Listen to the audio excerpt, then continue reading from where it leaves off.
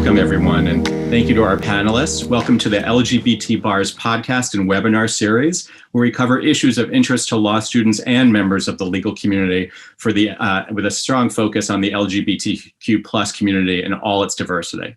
My name is Seth Rosen, and I'm the Development Director with the National LGBT Bar, and I'll be moderating our program today, entitled Pros and Cons of JD Advantage Jobs, an Overview for LGBTQ plus law students. If you'd like to continue to hear content like this, please be sure to keep an eye out for us on SoundCloud. And if you're watching this on YouTube, on our YouTube channel, please hit the subscribe button to be notified when we release a new episode. We are recording this today and also have a live audience. So I'd like to ask our live audience to please ask your questions using the Q&A feature in the webinar rather than the chat. And I'm going to sprinkle the questions in as we go. And if you haven't already, please go to lgbtbar.org and sign up for our email list. And that way you can always hear about the incredible programming we have going on year round, plus our annual Lavender Law Conference and Career Fair, which will be in July this year. So today I'll be talking to a panel of really incredibly accomplished lawyers who are in careers that are what we call JD Advantage positions and career tracks which are benefited by having a Juris Doctorate, but which don't involve the practice of law in the traditional sense.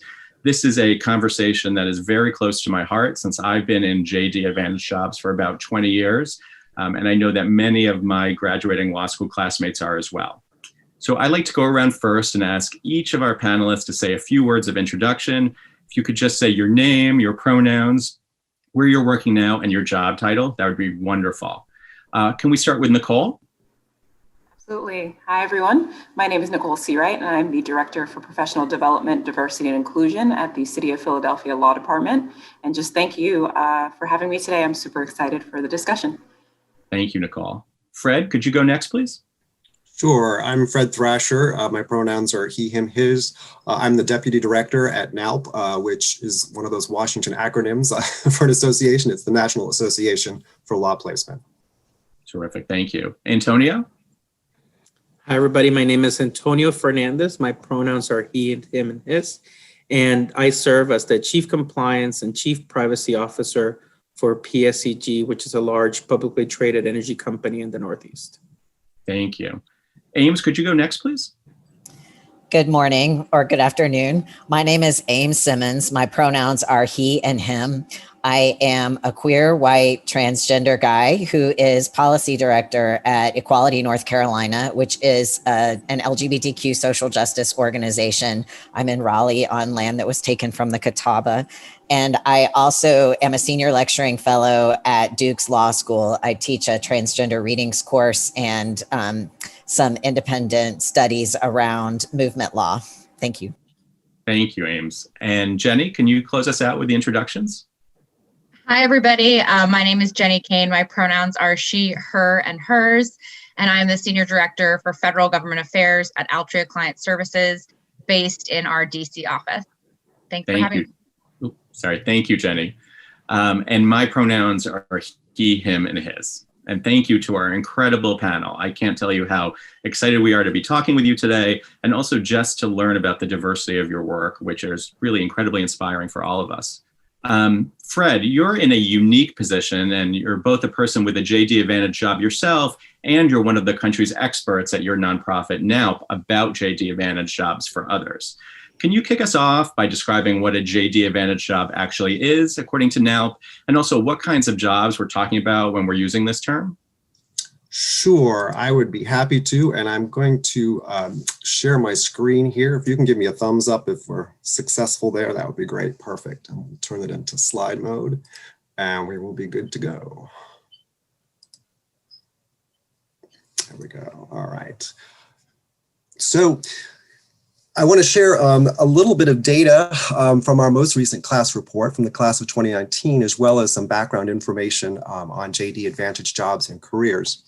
NELP categorizes jobs of recent graduates into several categories, and JD Advantage jobs we define as those for which an employer sought an individual with a law degree or a JD, perhaps even required a JD, or for which the JD sort of provides a demonstrated advantage in obtaining or performing the job. But the job itself does not require bar passage, an active law license, or involve the practice of law. So examples of some of these JD or jobs for which a JD is an advantage include a wealth of jobs in personnel, human resources, jobs with investment banks, jobs with consulting firms, jobs doing compliance work for business and industry, jobs in risk management, cybersecurity, policy, lobbying, law firm professional development, law school career services offices, admissions offices, and other law school administrative offices as well. And that sort of just scratches the surface. I mean, I think you can probably go into almost any industry and find an opportunity where a JD is going to be an advantage in the opportunity you choose. Some of the names of some of the titles we regularly see when we do our annual survey of the graduating class are titles along the lines of corporate contracts administrator, alternative dispute resolution specialist, patent agent, landman, tax associate, government regulatory analyst, policy analyst, FBI agent, accountant. There also may be jobs in the medical industry, doctors or nurses who plan to work in litigation, insurance, or risk management, that type of setting. Expert witnesses could fall into that category, as could journalists, teachers in the higher education setting, teaching law or law-related topics. Those are all just sort of scratches the surface of the number of places that we see the JD Career Advantage jobs appearing.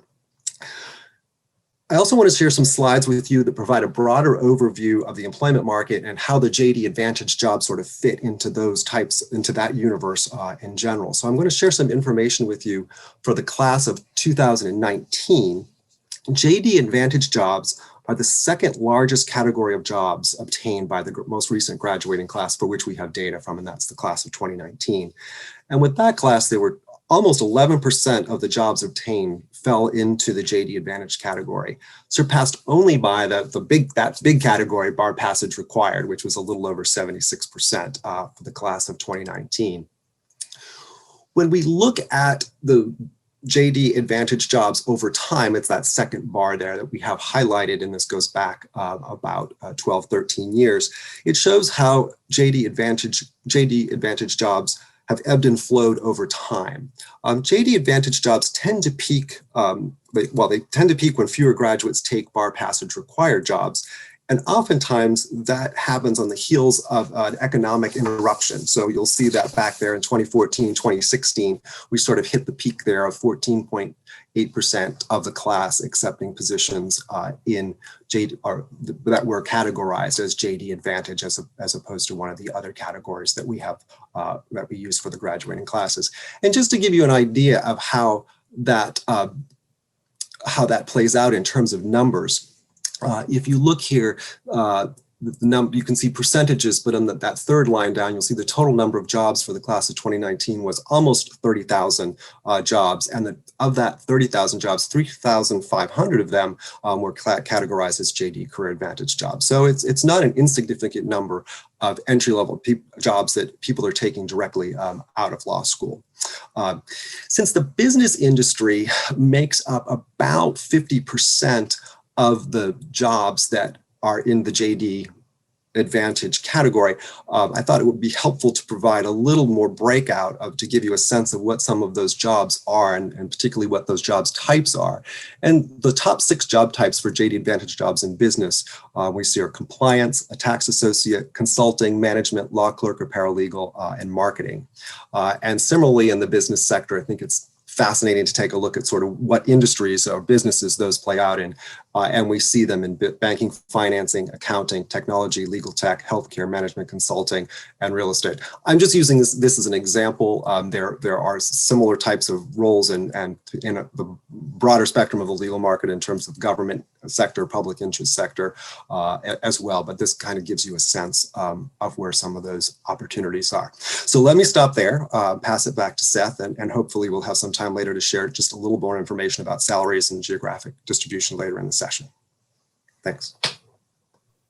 Fred, that's really fascinating. And before we move on, have you heard any forecasts for or anything from on the ground at either employers or at law schools about how you see JD Advantage jobs shaping up for the next hiring round?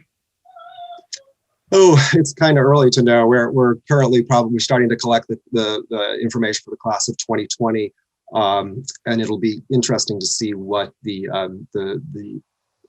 various pandemic interruptions that we've had this year have in the long run. I suspect things will be okay for the next couple of years, and we'll probably start to see a little bit of an impact, and maybe a dip in the more traditional bar passage required, and maybe more JD advantage positions might start to rise a couple of years down the road. That's great. Thank you so much. I also just want to remind everyone who's watching today that if you have any questions, please use the Q&A button at the bottom of your screen. But thank you, Fred. That's an incredible frame. And we're going to actually do that, talk some more about the statistics and NALP's work in just a little bit. But right now, I'd love for each of us to go around and talk for just a couple of minutes about our own job, what we do generally, and why it is advantaged or an advantage for us or having a law degree. I can kick this off.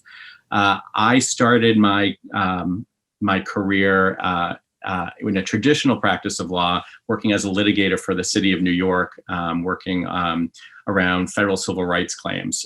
And I found for myself that I loved the work, but what I didn't love is the litigation schedule, essentially having very little control over my own schedule. That was, I felt, difficult. And also the work I was doing required a certain level of being aggressive and having to settle very difficult cases.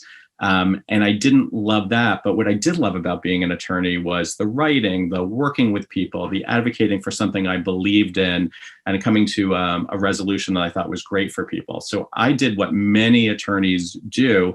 I went back to the nonprofit sector that I was in before I started practicing law. And I started doing development or fundraising work for Planned Parenthood Federation of America. I did what's called plan giving at that point, which is helping people set up trusts and estates to leave legacy gifts for in this case, for Planned Parenthood, but for organizations that they really believe in and want to make sure continued even after their death.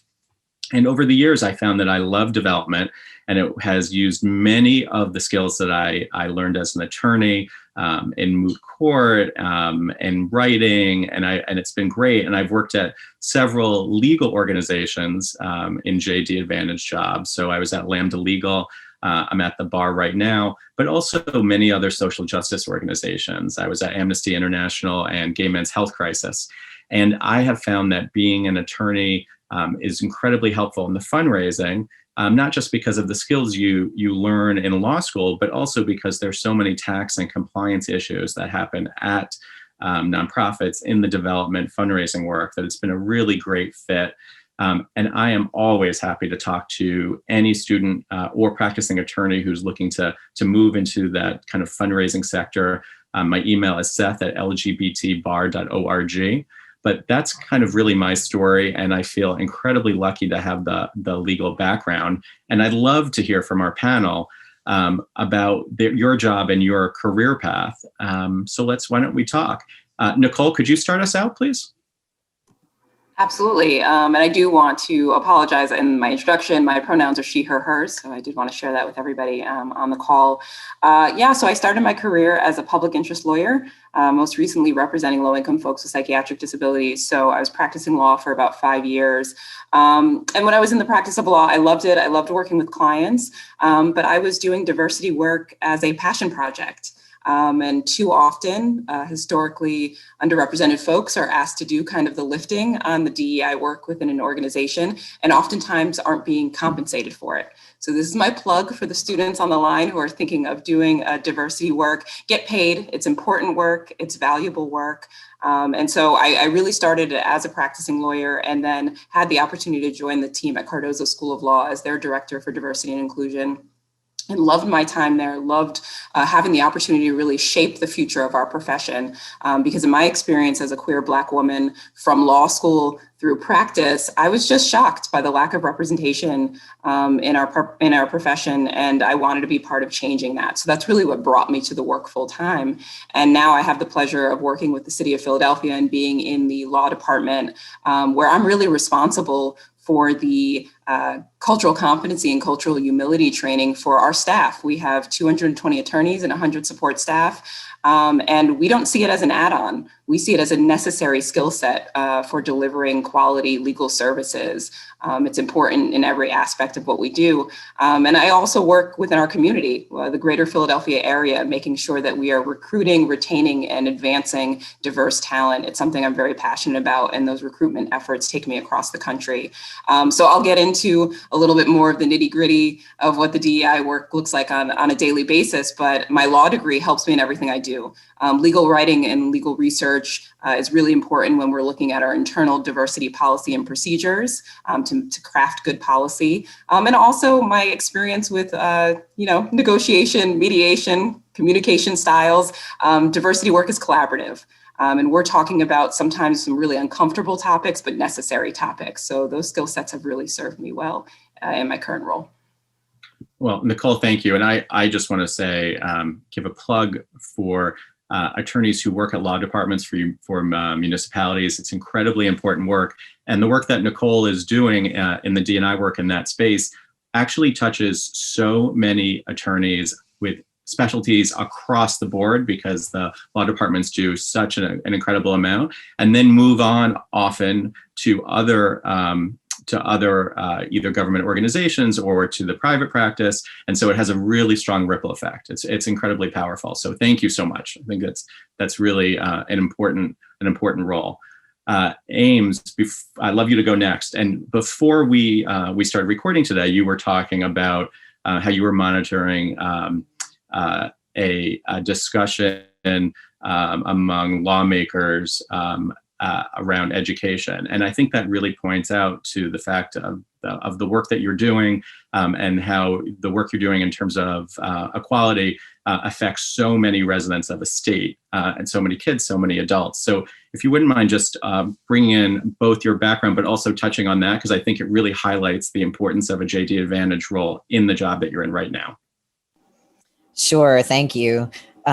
So our state Board of Education this morning is called an emergency meeting to discuss social security, that's my previous career, social studies standards in K through 12 education, and why they need to change systemic racism to just plain racism, and why we can't have gender identity in the standards. It can only refer to identity. And this is just part of the job of being a public policy advocate, I think, is just sheer detective work of like finding out when these meetings are taking place. I'm fortunate that both my parents retired from the federal government, so I was already sort of steeped in how government bureaucracy works before I became a lawyer. But I found that law is very useful in evaluating executive branch policy, and I would love to talk about that more later, like the State Board of Education. I'm also a nonprofit lobbyist at our state legislature, which is gaveling in earnest. Well, they actually did 21 minutes ago, so that's what I'll be doing after this. And I also do a lot of advocacy at the municipal level. So right now we're in the throes of negotiating non-discrimination ordinances across North Carolina. So I'm getting to talk to lots of different city attorneys. And honestly, I referred to the background before I came to nonprofit. I worked I was in-house at a Medicaid consulting company. So I was there for 17 years, and we helped people get Medicaid almost exclusively through Social Security disability, which is why that comes right up. But I did, similar to folks on this call, I did 10 long years of compliance investigations. I was a compliance officer for a while at that company, and I negotiated a lot of contracts as an assistant general counsel. And the negotiation skills contract negotiation is a hard thing for anyone to love, in my opinion, but it has totally come into use when negotiating policy language with policymakers. So I use my legal skills every day.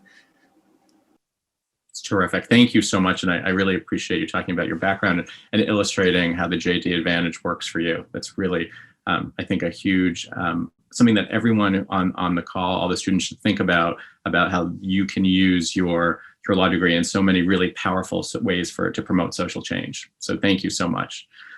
Antonio, love to go to you next. There is probably not a person in New Jersey or in other Northeast areas that doesn't rely on the work that you do every day. So it's extremely, it's just real. The work you do affects the lives of millions of people. So if you could talk a bit about that. Thank you, Seth. And, I want to dovetail off of what Ames said, because often when I think about my career and my law degree, and I don't think I'm the only person that's ever said this, but, going to law school doesn't really teach you how to be a lawyer. It gives you the building blocks that you need to practice law. You learn how to be a lawyer in the doing, in the being mentored and, learning from other lawyers how to lawyer. 3 years in law school doesn't teach you to be a lawyer. You learn that, through apprenticeship. But the experience of law school does teach you some fundamental skills like research, honing your writing. Being a good writer is a lifelong journey. I think that you don't learn that just in law school. You keep learning that over and over again. And like contract negotiation and all these things. So what I would say is, I graduated from my LLM and started practicing law in DC for a federal agency 20 years ago. And most of my career has been spent as a lawyer in legal functions, either working for the government, working for energy companies, or working for large multinationals. And what I would say is that for me, what attracted me to going into compliance and having the role that I have right now is that particularly my time at a multinational, I worked at General Electric, was that I really liked what the business people did. And it appealed to me to be seen as a strategist, as a problem solver, as a person that sat at the table where decisions were made. And depending, if you're in-house, depending on the culture at your company, the lawyers may or may not be part of that table. The lawyers may be regarded as advisors or counselors, but not decision makers. And I wanted to be one of the people that made decisions. So the appeal of going beyond just this little box of the lawyer appealed to me. And, as a business person or as a functional leader, as I am in privacy and compliance, the fact that you are a critical thinker, that you can do research, that you can fact find, that you have the soft skills to negotiate, sit across the table from somebody that might not agree with you, a business leader that might have a different point of view or a different strategy.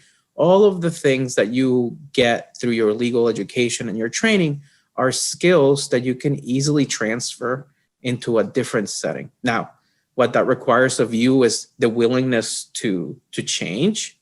I often remember having a boss at one of my jobs that said, "Stop being such an effing lawyer."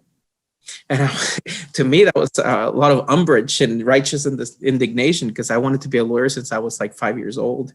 And I was like, what do you mean I need to stop being a lawyer? That seems like anathema to who I am. And, slowly but surely understood what that person meant. But, just to bring it to a conclusion, I think for those of you on the call that are contemplating, what is it that I want to do, maybe now or maybe a couple of years from now, because my own journey tells me that it was helpful to have done a legal job before I did the non-legal role. It made me better at the role that I have now, is that you should always be open to new opportunities and for me, my own career teaches me that I never knew what the next thing was really going to be. It wasn't an accident, but it wasn't exactly what I thought it was going to be. And me being open to it was what made it just all the more enjoyable and, got me to where I am today.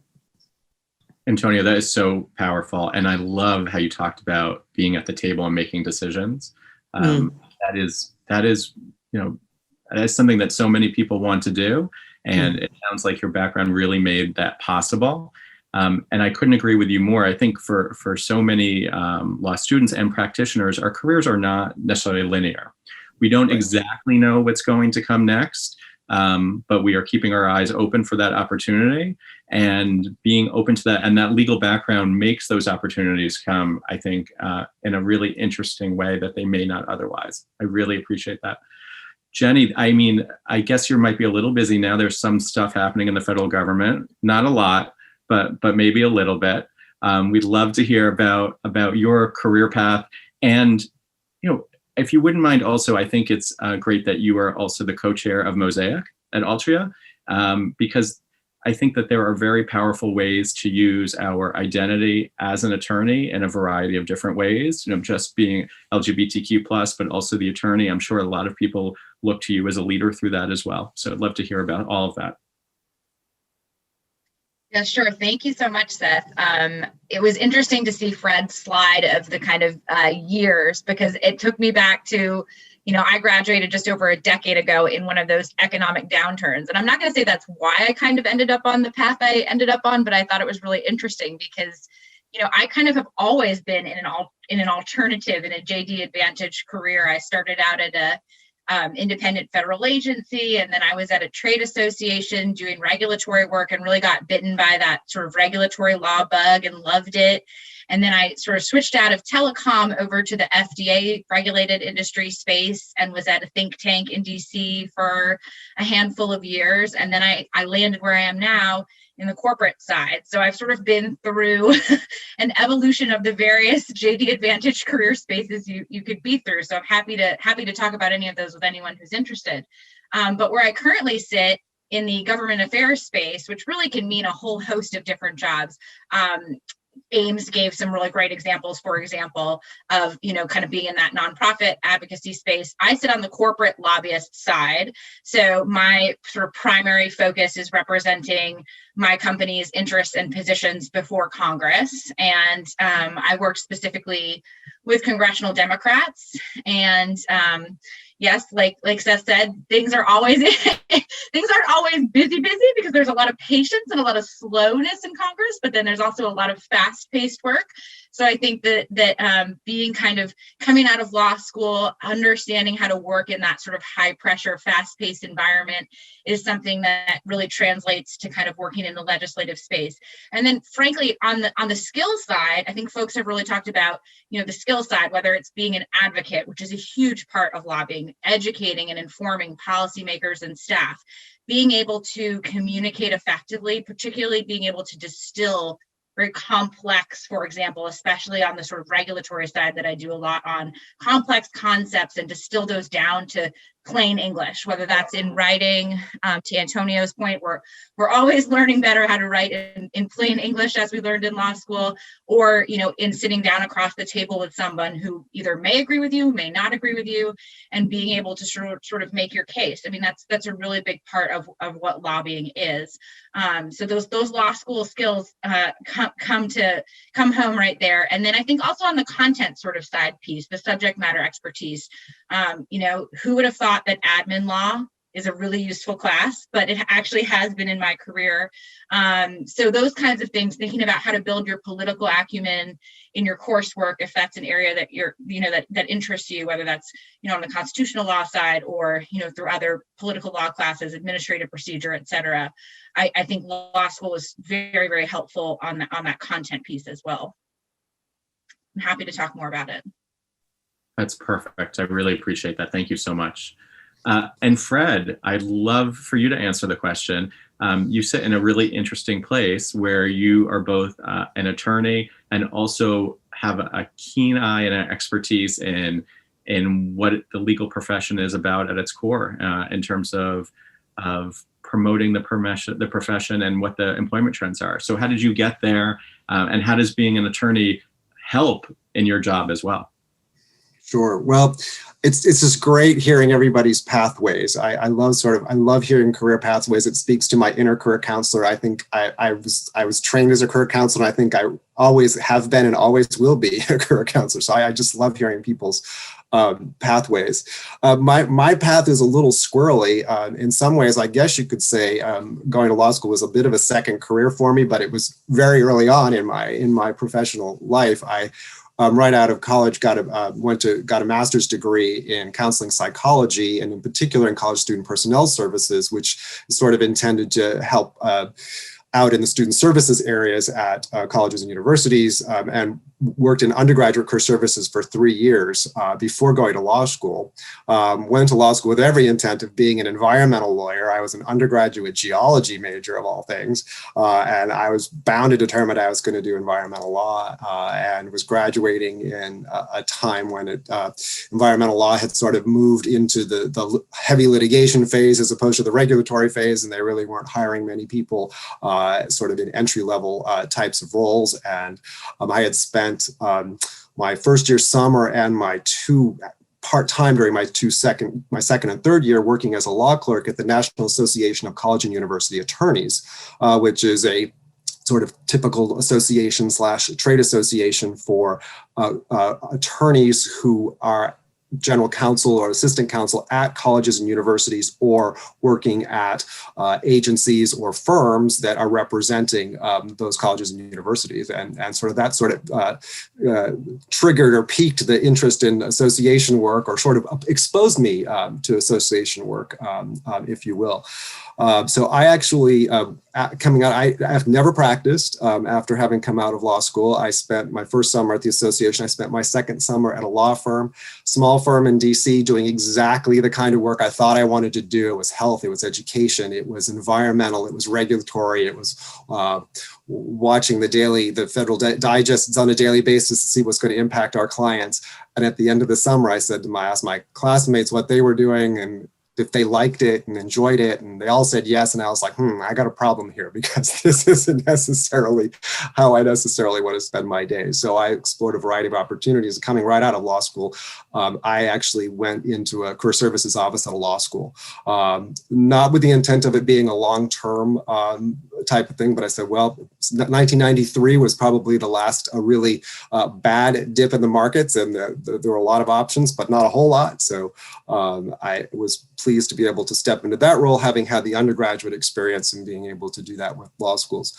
Lo and behold, it turned out that I enjoyed working with law students much more than I enjoyed working with undergrads. Law students were much more focused. Their world was a little more narrowed down, and I worked in undergraduate career service, law school career services for 11 years.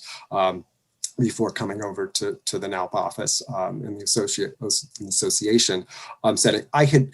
During my time in career services, I had spent a lot of time volunteering with NALP. I had been involved in committees. I wrote for the Bulletin. I did a variety of activities and ultimately ended up being on the board of directors. So I became very familiar with the workings of a 501c6 and or a 501c3 nonprofit organization, and had a sense in terms that might be a place where I would enjoy myself, and started looking at opportunities there. So I would also give a shout out for the association world. The association world is a bit of a stealth world out there. Trade associations, lobbying associations, member associations. It's a little bit of a niche. We're a traditional member-based association. Our members are the career counselors and the career services staffs at law schools, and the recruiters, trainers, diversity, equity, and inclusion people at law firms, government agencies, public interest organizations. So we sort of bridge two worlds. We're sort of on both sides of the hiring equation. Our members fall both of those places. And as professional associations provide a broad range of services to members in terms of resources, educational programming, continuing education. And in my role as deputy director, I would say there's probably not a day that goes by that I'm not using some skill that came out of law school. I have the hats you wear. You're basically running a small business. We're a $4 million operation, pretty much in out on an annual basis. And my tasks are primarily sort of in the administrative side of things, but also in member services. But everything from human resources to corporate governance, board management, volunteer management, helping groups, sections, affinity groups with their projects, with their work as they're providing other services for the organization.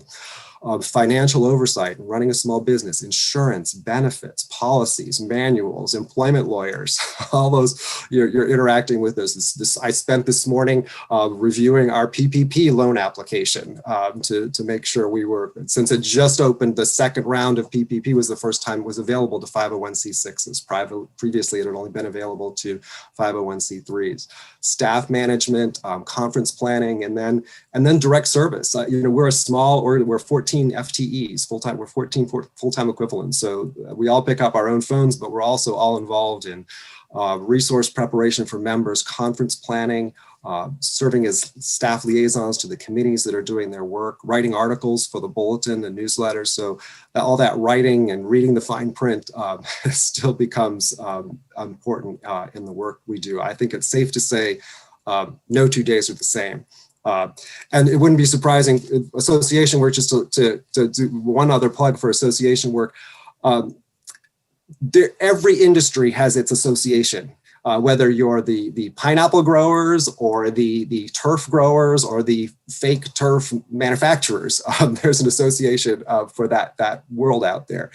The associations are focused heavily in the DC, Maryland, Virginia, Northern Virginia areas, Chicago also, but there are also nationally associations pretty much in every major metropolitan area and some outside of those areas. Not surprisingly, there is an association of associations that's called the American Society of Association Executives. And if you're looking to pursue something like that in the future, they are a go-to source. ASAE is their acronym, and they do a certification program as well. They do a Certified Association Executive Program, and there is a significant legal component of that as well. So with that, I will stop there and happy to chat further. I will say, I think as Seth, as you said at the beginning there, I do think that I'm sort of doubly advantaged some ways in my work, because I think working in association management generally benefits from having a law degree, just with the breadth of activities and work that you do in that role. And then I also have the subject matter affiliation, which is helpful as well, in being the subject matter specifically to the legal career recruiting and legal career counseling, but also in sort of generally with the legal industry as well. So all of those come into play. Sorry for going on so long there, but I'm enthusiastic about it. I'm so grateful. You said so many things that were so important. And I want to move to Nicole in a second, but I'm going to build on something that you said, which I thought was so important. Among other things, you talked about how you realized that maybe the traditional practice was not something that you wanted to continue after you tried it, but you followed what you really wanted to do and what made you happy, and you were able to incorporate your legal training into a truly outstanding career that is helping so many people. And I think that's really something I think that's really important. And I felt the same way, that I didn't love being a litigator, but I am so grateful for every second of my legal training. And I was able to pivot and continue to do things that were really important to me because of that. And I think that the message you said, Fred, is really important. And I want to come back to the association aspect as well, because I think there's a lot to talk about there.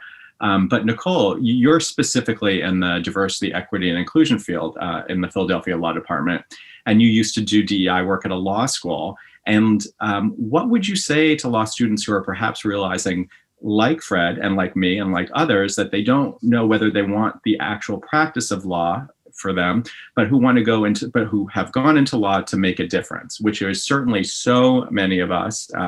And I certainly did that. And what would your advice be for them? Because I think that there's a lot of people go to law school because they want to make the world a better place and maybe realize that traditional practice isn't what they want to do.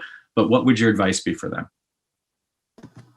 Yeah, so first piece of advice is come to events like this. Thank you for being here and sort of hearing that there are other things that you can do with your law degree and have really fulfilling careers and use it in a different way. I was a first gen student, so I went into law school with a very narrow view of what I thought I could do with my law degree. And I also sort of came from a background where I didn't know a lot of lawyers, and I certainly didn't meet a lot of lawyers that looked like me.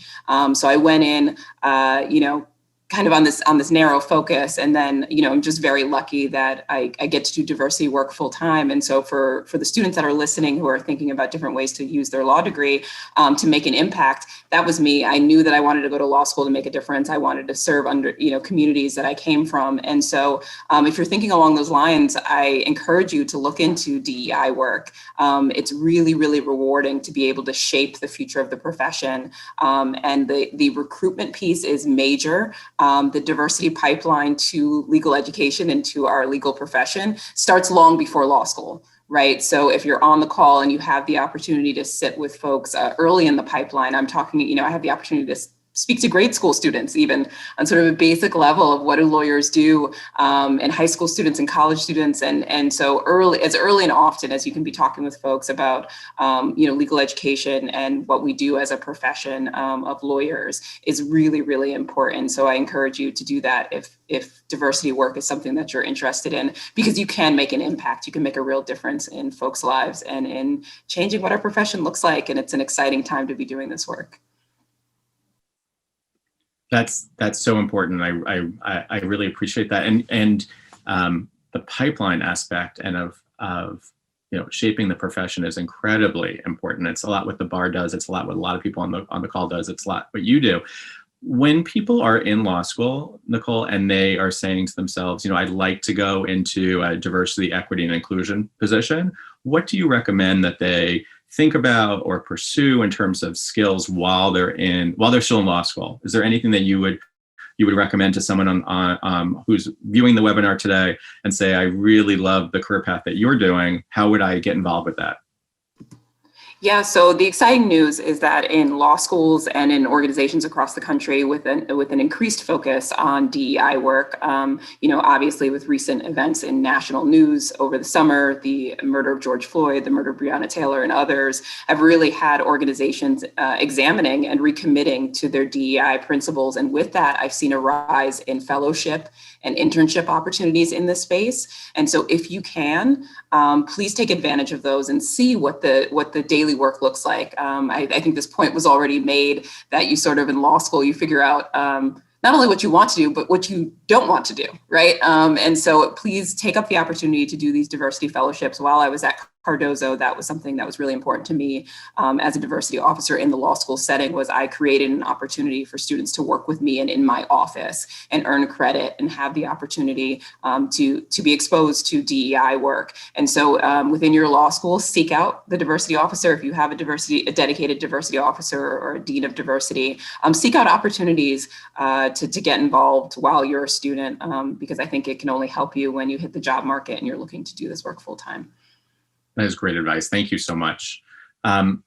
Ames, I'd love to talk with you. Your job as a statewide LGBTQ plus advocacy organization's policy director is so powerful and so critical to building change. What would you say to students or new attorneys about policy work, and what kinds of opportunities are there, particularly for those who care about equality for marginalized people? I mean, you're really on the front lines. You've done incredible work and continue to do so for the queer community. What are the opportunities that you see for current law students and then recent graduates? And then what's your advice? How do you even get into that line of work? Thank you. Yeah, similar to what other folks have said, I think like what I took in law school, so I took like as much constitutional law as I could get. I took admin law. I took every kind of discrimination class that was available, feminist jurisprudence. When I was in law school, I never have been in a firm ever. And we all prefer it that way. So I in law school, I clerked at Fulton County Juvenile Court. And then I had a clinical internship at Children's Hospital of Atlanta. Immediately out of law school, I worked for Georgia's Medicaid agency. I was a police officer for a while in DeKalb County, Georgia, which was 20 years ago. Policing is very different now, and I'm trying to make up for all the ills that that law enforcement has caused, to marginalized people now. But I ended up in operations as an attorney liaison at this healthcare consulting company, for which a JD was not required, but was an advantage. And it was such a small company. And when we didn't have an in-house law department, so I got to be part of, I was the compliance person before we even had in-house legal services, and then I moved over to the general counsel and to the law department. But I took zero corporate finance. I mean, business associations was required, so I had one semester of that. But I contracts was my worst grade in law school. And I used to say it was like the height of irony that I would spend so many years negotiating contracts. And if I never see another indemnification clause, it'll be fine. I'll be happy for that. But I can't, has been really hard to get into policy work, to just be really real. I would say more, particularly, y'all can disagree, but I think LGBTQ policy world is especially small, and it feels like there's a set of people who are in the musical chairs, and when something comes open, only the other people who are already in the musical chairs have a chance at those jobs. And so what I would say is to consider volunteering. That's why, for example, I put in the chat box to consider board service, particularly if you're a good fundraiser, because you honestly don't be on a board unless you are a good fundraiser, because that is one thing that board members can do for nonprofits that nonprofits ourselves have a hard time doing. So I began volunteering. I spent many years volunteering at Human Rights Campaign. I eventually co-chaired their National Board of Governors. I was on the National Board of Directors for both HRC and their foundation. I co-chaired their finance committee, their risk management committee, which was always all lawyers. And I started going to conferences. Like Lavender Law was pivotal for me. I began to be aware of what policy was as more than an avocation. And by going to those conferences and meeting people, eventually I started finding volunteer opportunities to do policy work. Then people started asking me to be on panels. And then I started pitching my own panels at those conferences. And eventually, I was sort of enough in the mix that, the fact that I came from XYZ corporate law department didn't make me just seem like a rando person that was showing up applying for a job. I also want to say, this is a whole other webinar, but my gender transition took place completely, on the job when I was at an in-house legal department, and I learned a lot of policy that way. My company didn't have no gender transition guidelines or anything like that, and I had to learn a lot of EEOC law and get really crisp and clear, and present that to my legal department so that they knew that I knew what the score was.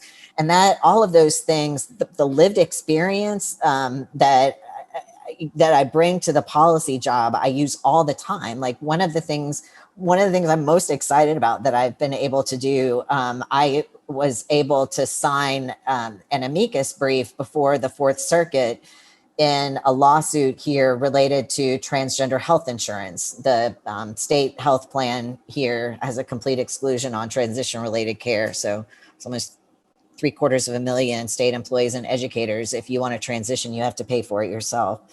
And I would have never known when I was, talking to my HR department back then in Atlanta that this ultimately would be transferable into an experience of filing an amicus. So I think that's one of the things that is the most exciting. Yeah. We have not, so I will just say in the South, legislatively, it remains a difficult environment. So I had alluded earlier to executive branch advocacy, for which I've always been a regulatory person. One of the things I loved about being in-house at a company that basically made money off of regulatory processes. I loved opening the Federal Register every morning and reading the table of contents, and it takes a certain demented kind of person and personality to really, be a regulatory person. But all of that has come so much in handy in lobbying executive branch agencies here. So, fortunately, I started my job right as a moderately progressive governor was elected here. So in the time that I've been here, we have had executive orders on non-discrimination in state employment and services.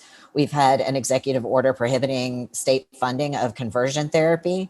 We have modernized the process of updating your gender marker at DMV so that you no longer have to show proof of surgery.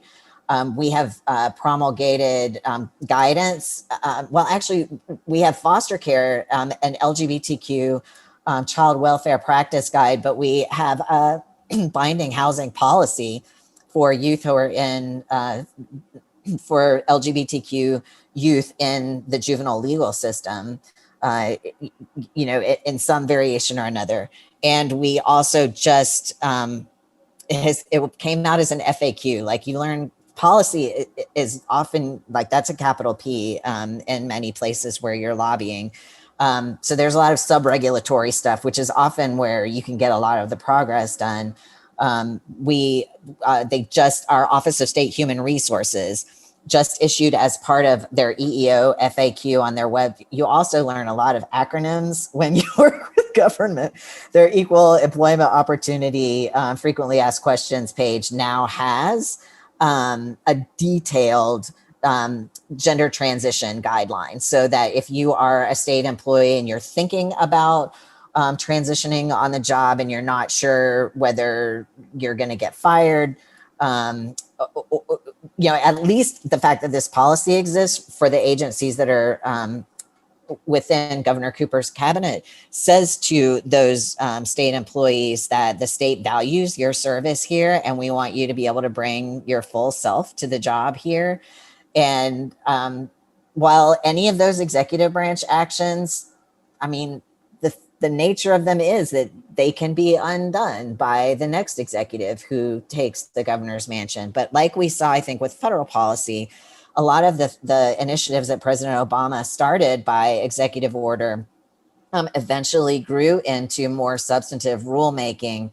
And it helps to get policymakers and the public familiar with the concepts that a policy that you're talking about. And I think it helps to, I think there's none of this goes to waste, I guess. And I really want to echo what Nicole said about, and I love the word shape. I have been listening to a podcast of Octavia Butler's Parable of the Sower. And one of the most important things from that book is the mandate to shape change. And I think so much of, that's where I derive so much job satisfaction. Like when my therapist asks, like, what did you used to do for self-care before you had this job? Can you do that again? And I would say, like, I did this job for self-care when I was in-house. So I still struggle with that.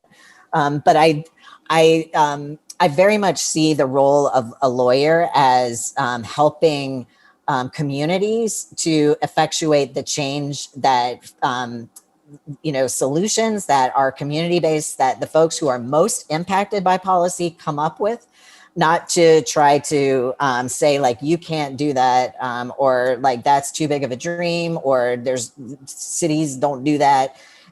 It's all about the people who are closest to the pain have the best visibility into what the solution to the problem is. So listening humbly, approaching community with humility and accountability is key, I think, when you're in a nonprofit role. Ames, that's incredible advice. So much of it. I just want to underscore, you said so many important things, but just two things that struck me throughout all of it. One, when you talked about volunteering and learning through that way, I think that is incredibly important and a really powerful way for law students and even practitioners to move into a different role. I think that's great. And the other, that you brought your whole self to work all the time, learned from that experience, and are now using that in your capacity now and bringing that experience to help so many people. I think that's incredible and such a great lesson for all of us. So really, thank you for sharing all that, and for really the breadth of policy work that's out there. I think that's incredible. So thank you so much.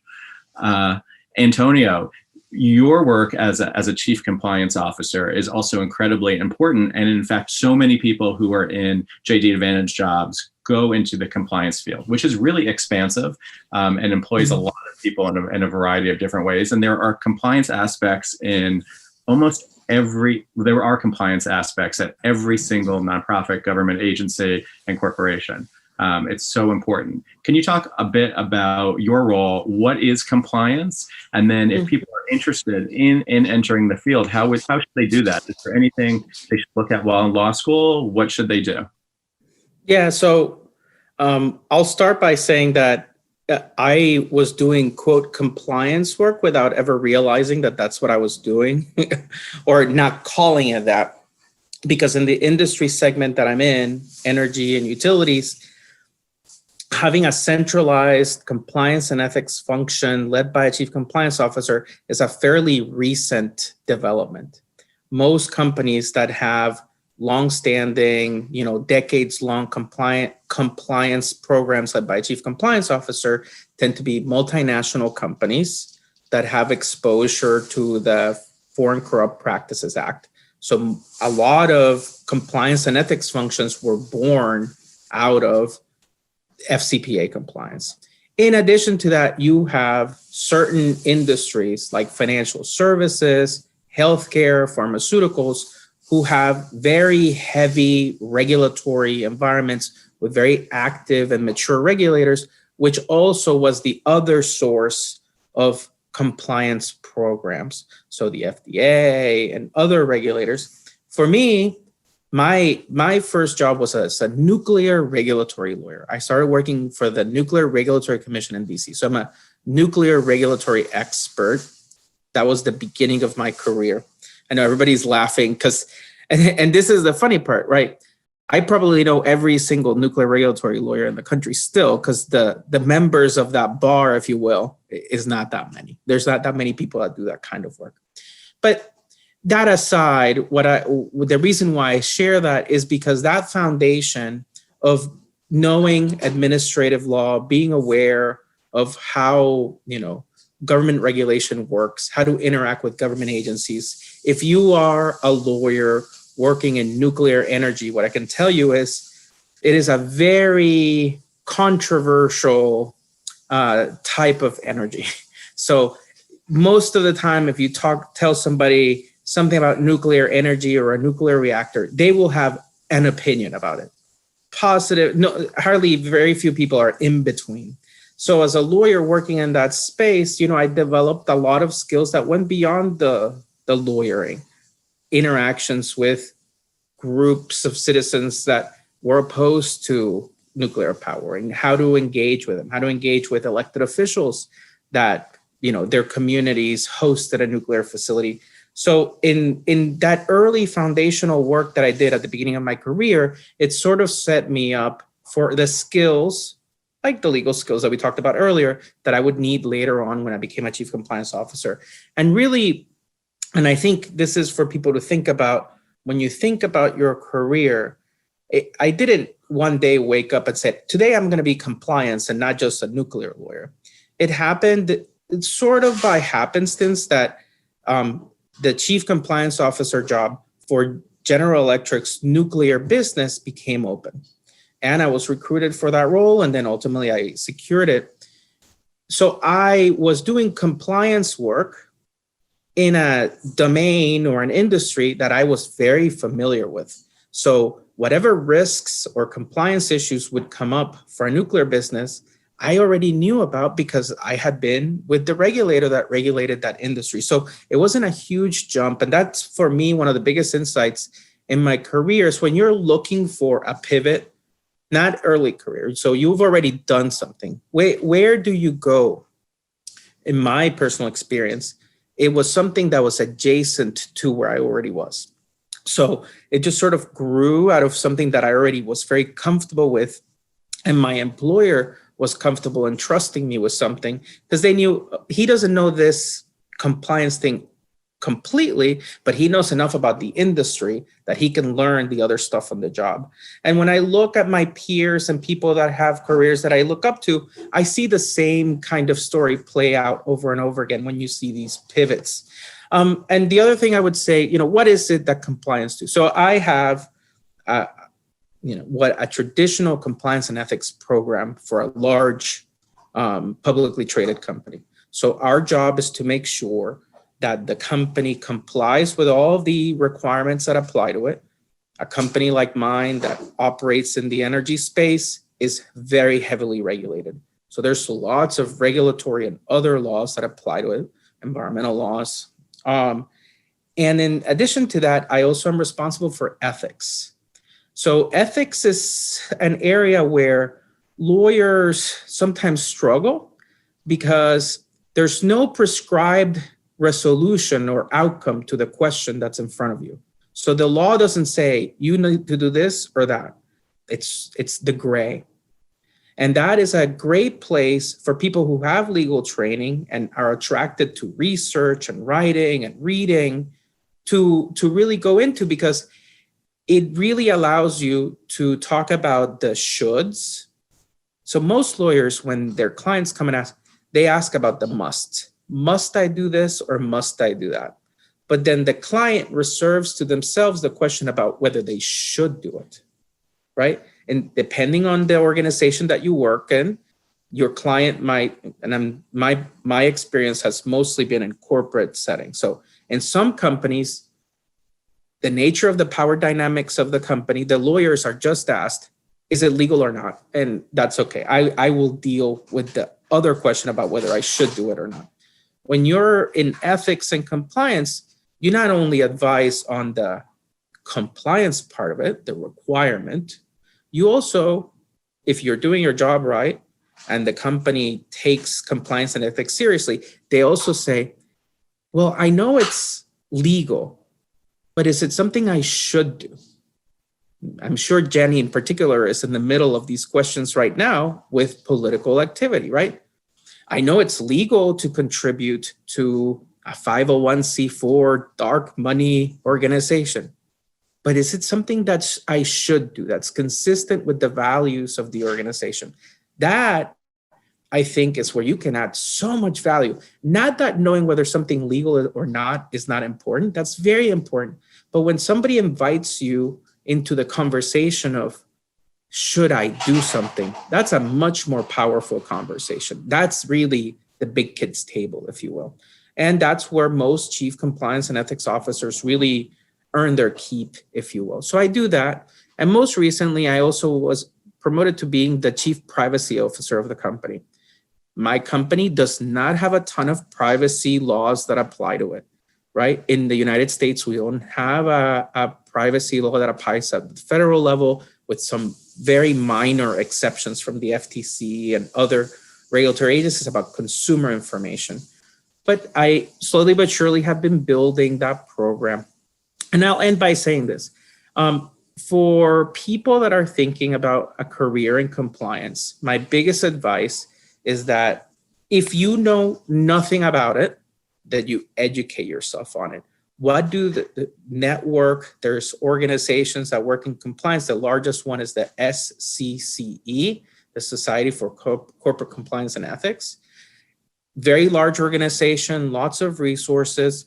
And it is a career that, like a legal career, you can start right after law school. There are entry-level jobs in compliance. I think somebody else referred earlier to sometimes it's hard to find a legal job doing a certain type of legal practice area because of the conditions in the economy. There are almost always postings for entry-level jobs, compliance jobs, whether it's at a bank, at a hospital, a pharmaceutical company. There almost always will be jobs. That I remember about 3 or 4 years ago, and the now numbers were interesting. Goldman Sachs was hiring like thousands of compliance people a year, right?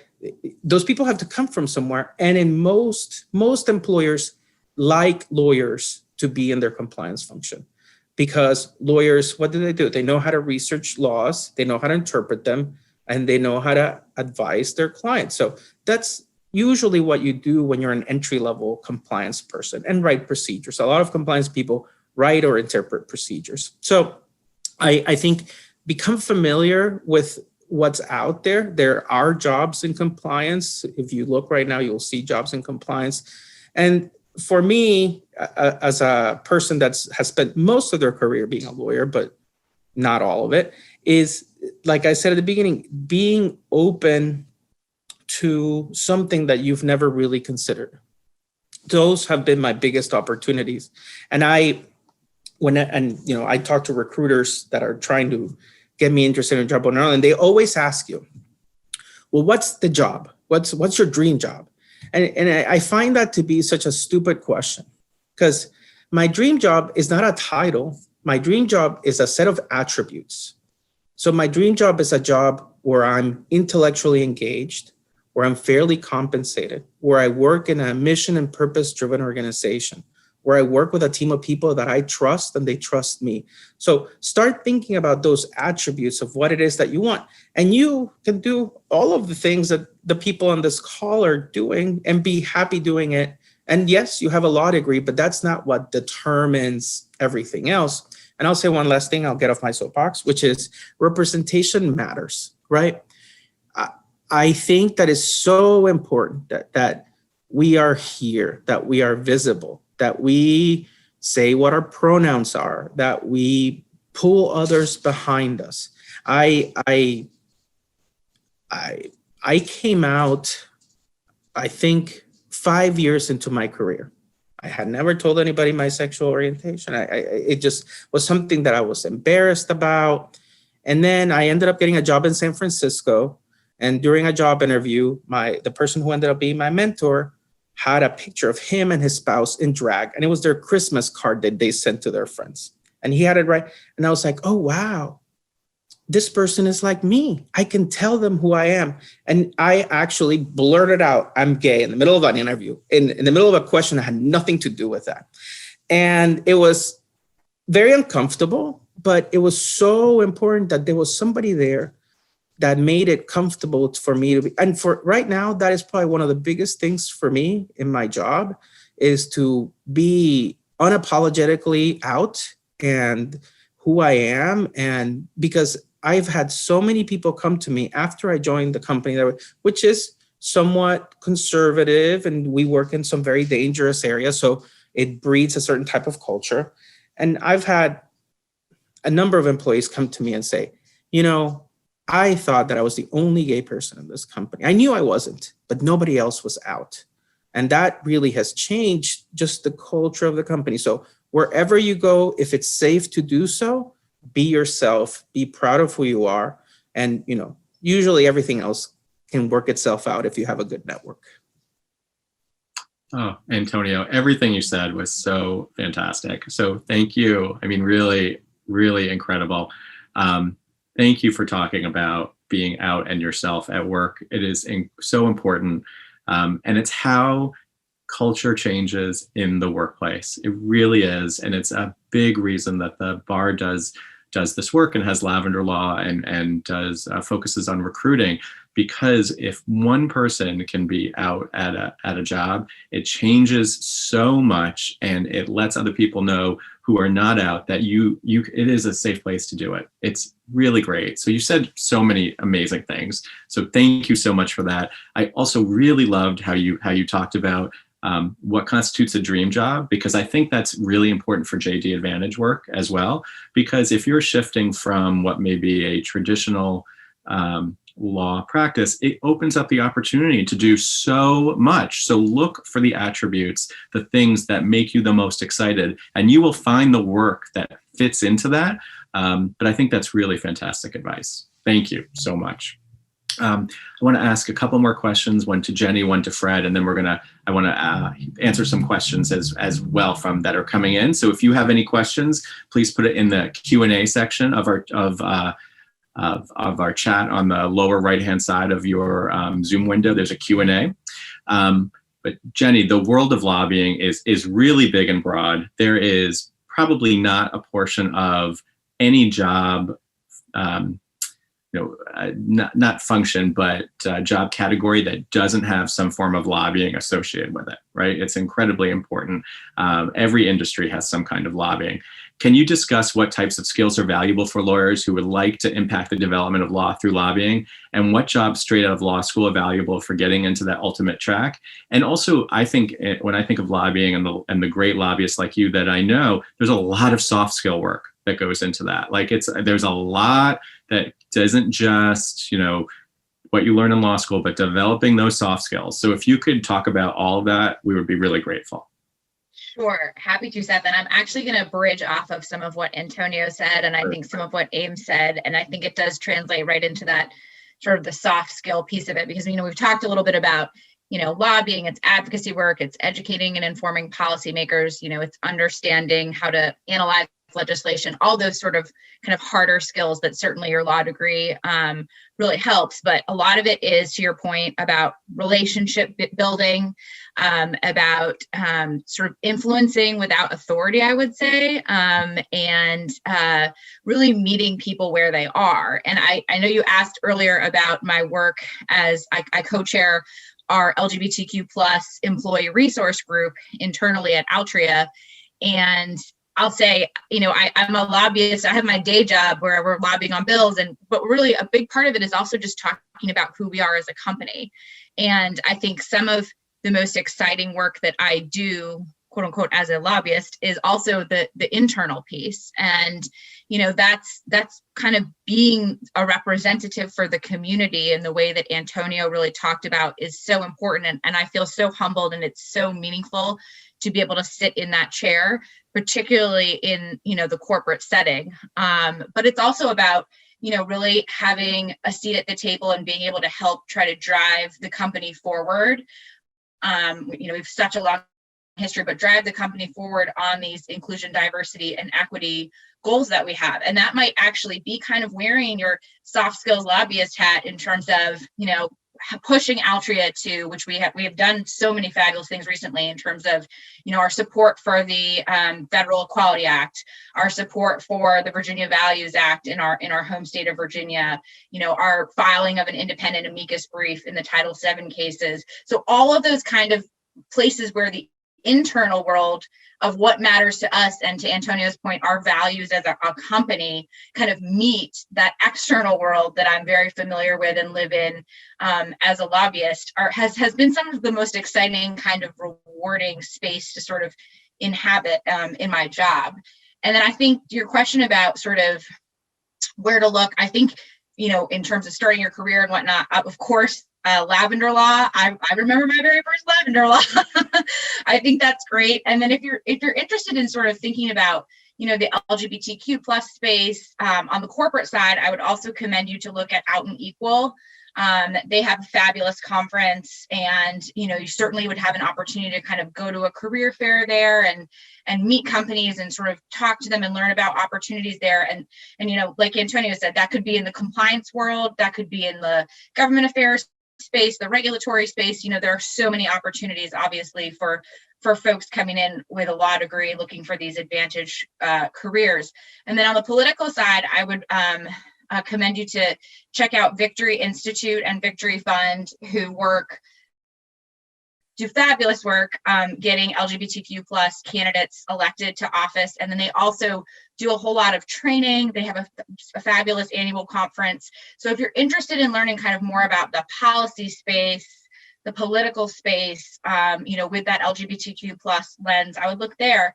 And then I think everything that Ames said about volunteering is so right on.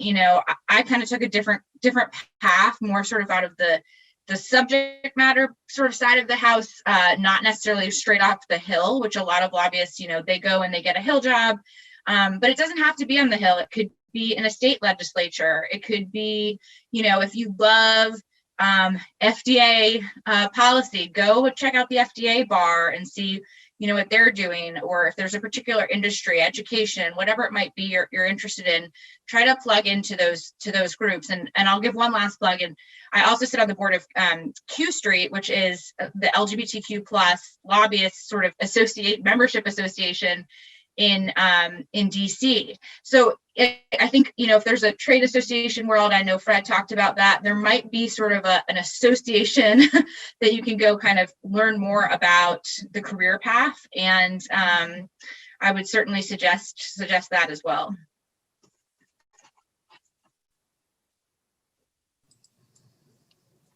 Sorry, I was just unmuting myself. Jenny, that is absolutely fantastic. I just want to, you had such great advice. I just want to really hit again, Lavender Law, Out and Equal, Victory Institute and Victory Fund and Q Street. These are amazing resources. I hope everybody takes advantage of them.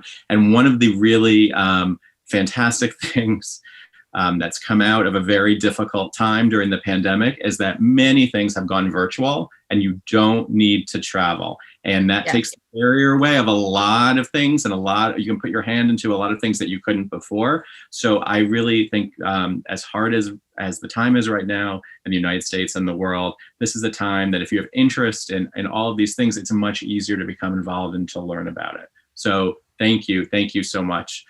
We are we don't have a lot of time left, so we want to hit a few things that are left. Fred, I want to ask you if you could quickly, first, can you talk a little bit about what it's like being a JD Advantage person in a legally focused nonprofit, which I think is a particular thing and would be really interesting for everyone to hear about? Sure. I mean, I think I talked about it briefly before. I mean, I think the one thing about it, it's sort of awesome and brilliant all at the same time. I mean, you know the industry, you speak the language of your constituents. You have a common experience of having attended law school and pursued some of the other, been involved in that setting. And I also think one of the things that's valuable is in some ways you have the respect of your constituency, that you being able to speak their language and understand how that's happened. I think, if you look back to 20 or 25 years ago, I think you would see that most of the people that worked in career services offices weren't necessarily people with JD degrees. They were people with masters in counseling. But as time has gone on, it has become more JDs who also often have a counseling experience or counseling background as well. So it's sort of been a combination of experience because being able to talk with students about those opportunities from having experienced them becomes even more valuable as you go. A couple of things that I would add to that, and this is one of the questions that I think had popped up somewhere there, and my guidance, and I'll defer to my co-panelists here, would be to always take the bar exam. Even if you're looking at a JD Career Advantage job, take the bar exam. You don't know where your career path is going to take us. You've heard all our career paths have gone any number of ways, and for some people that could be in and out of practice over time. So you just don't know what that direction was. I knew my initial job wasn't necessarily going to be practicing directly, but I thought I might want to volunteer or be involved in a number of ways, and I knew I would need the bar behind me there. And the other thing, just again with my career counselor hat on here, I think it's important to acknowledge that it's challenging to pursue a JD Career Advantage job. It's harder. If you're coming out of law school, it's a harder job search potentially. I don't want to be a naysayer in doing it, but there's not a standardized on-campus interview program for you to throw your resume into bid for. You have to do a little more legwork on doing that, and it's harder to do that. The norms of the industries that you might be looking at are all going to be unique to them in terms of the way they do their hiring and recruiting, and you're going to need to do a little exploration to figure out how to do that. Secondly, you may very well feel external pressure to follow a more traditional path, or internal pressure. You may be putting pressure on yourself to pursue something. I'm in law school. I mean, I after about 5 or 10 years in working in career services in the law school setting, I gave up telling my relatives what area of law I practiced in. I finally just started saying I practice education law, because they kept, because I was working at a university. Oh, well, you must be in education law. So, there are societal norms tied to being in law school and being a lawyer. And so I think you have to give yourself some leeway there and acknowledging that and accepting that and choosing your way, identifying what works for you in the job search process there. So I will stop there. I know we're getting a little short on time. Well, Fred, I want to talk more about what you said. I want to just say I can't agree with you more. Take the bar exam. Right? I think it's incredibly important. Law is a licensed profession. You must take the bar exam if you choose to practice law. So take it. And after going through 3 or 4 years, if you're going part-time of law school, right? Another few months, although extremely difficult to study for the exam, is worth it. So I hope that everyone does consider taking the bar exam. But I want to, we've covered a tremendous amount and so informative and so rich, the discussion. But as we kind of sum up, I do want to talk about a little bit for everyone. Let's talk about, do you ever feel badly about having a JD and not practicing law? And is this perhaps harder in organizations that do have a high number of practicing attorneys on the team? And if so, how do you handle that? I think that, Fred, this is kind of jumping off what you said before. Yes, there is societal pressure, to be honest, about going to law school and then having a non-traditional practice. I've had people ask me many times over the course of the last 20 years if I plan to go back to practicing law. And the answer is no. I love what I do, and I feel very grateful for it. But I'd love to hear from our panel, is there anything that you regret about not having a traditional practice? And do you have any advice for people who are considering the non-traditional practice about navigating their workplace, or people who are asking questions about if you are going to practice again? Maybe I'll start us off. So what I'll say is, oftentimes that decision is primarily a financial decision, right? Particularly for those of us that had large student loans from attending law school. It's very difficult to pursue a non-lawyer career because you are saddled with very large debt that, a person that hires somebody that's preferably a lawyer but not really a lawyer is not going to compensate you the same way they compensate a lawyer. So that, in my experience, was the biggest consideration. That aside, if you think of your happiness and your success and your fulfillment in a more comprehensive way than I need to be a lawyer, I think the world is your oyster, if you will. And for me, the biggest thing that I missed, and it might sound weird, but maybe the other people on the panel will understand where I'm coming from, was all of a sudden I could not sign my emails as attorney-client privileged communications. That was the biggest thing that changed, that I no longer could have privileged communications. But on the flip side, now I was the client. So being a lawyer and having another lawyer as a client, I can tell you I can be a pain in the you-know-what. So I lost the being the lawyer, but now I'm the client. So I have no regrets. I really don't. I think, frankly, the most serious thing, particularly for people early in their careers, is, are they going to be compensated in a way that they can make a living wage with student loans for law school and not working as a lawyer? That's terrific advice. Thank you so much. Does anybody else want to jump in?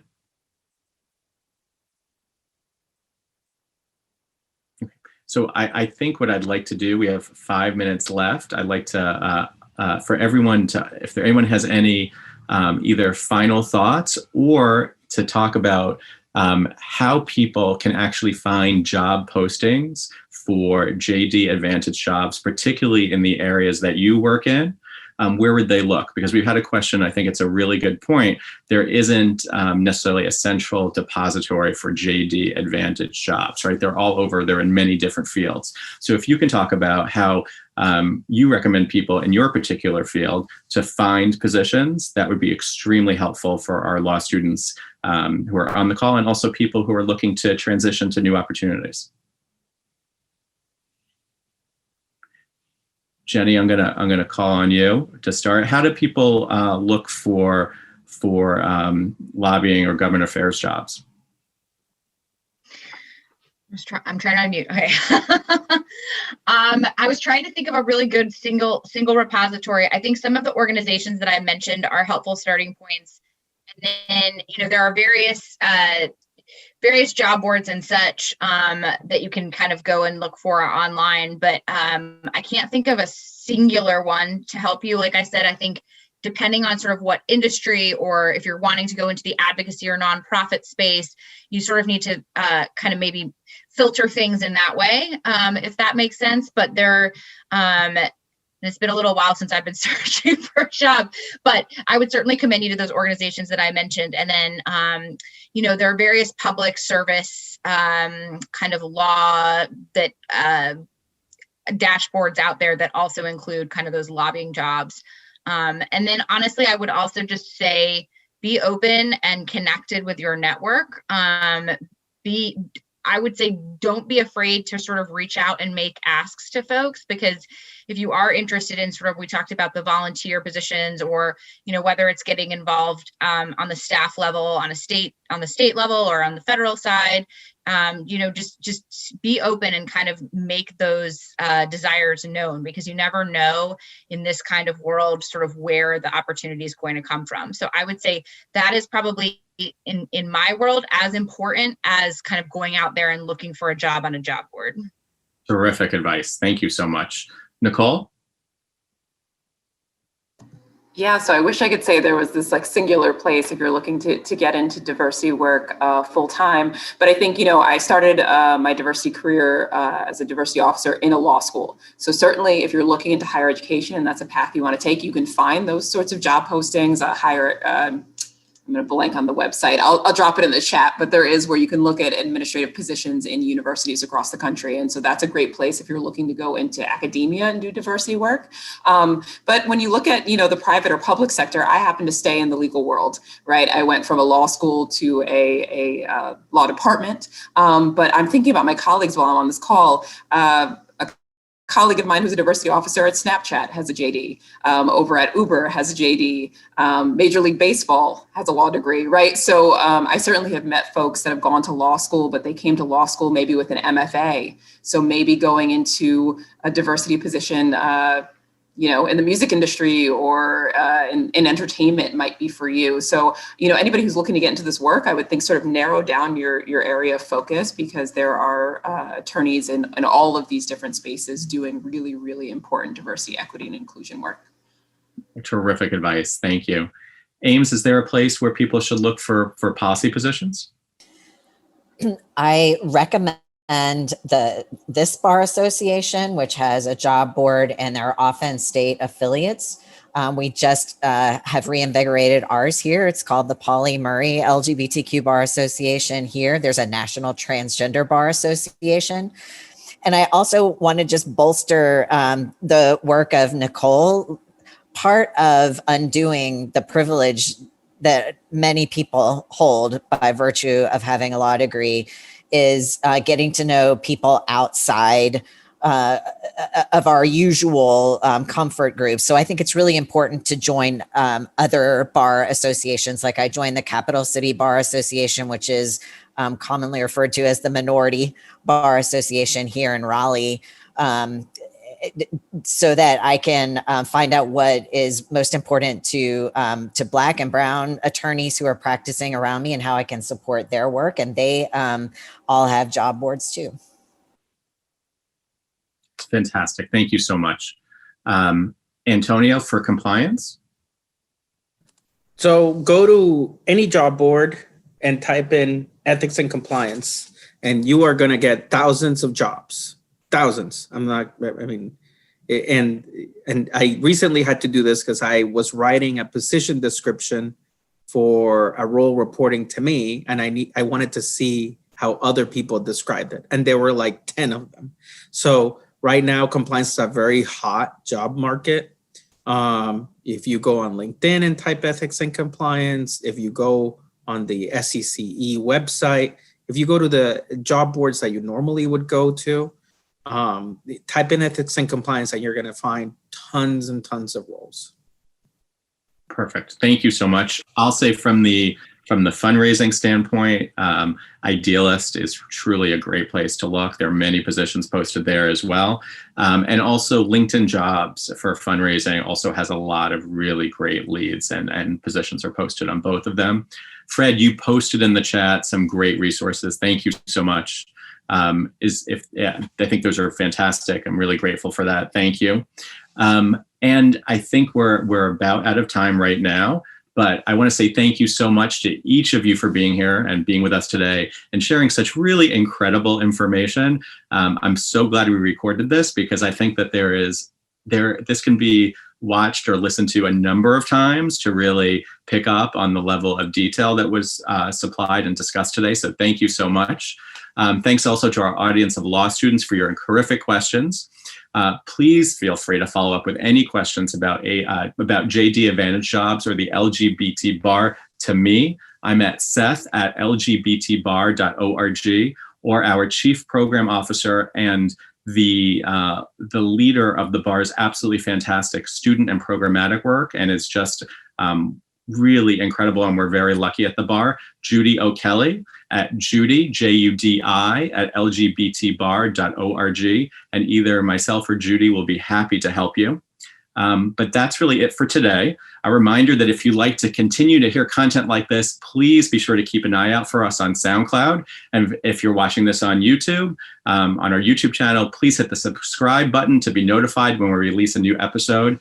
I can't say enough how grateful I am to Fred, Nicole, Jenny, Ames, and Antonio. The advice that you gave today will help so many people find a rewarding position, but also I think what you talked about in terms of volunteering, bringing your whole self to work, being out, inspires so many people and makes a profound difference in both the legal profession and wherever you are. So I'm very, very grateful to you. And I think we could actually have more conversations about this. So thank you so much for your time, and I hope to talk with each of you soon.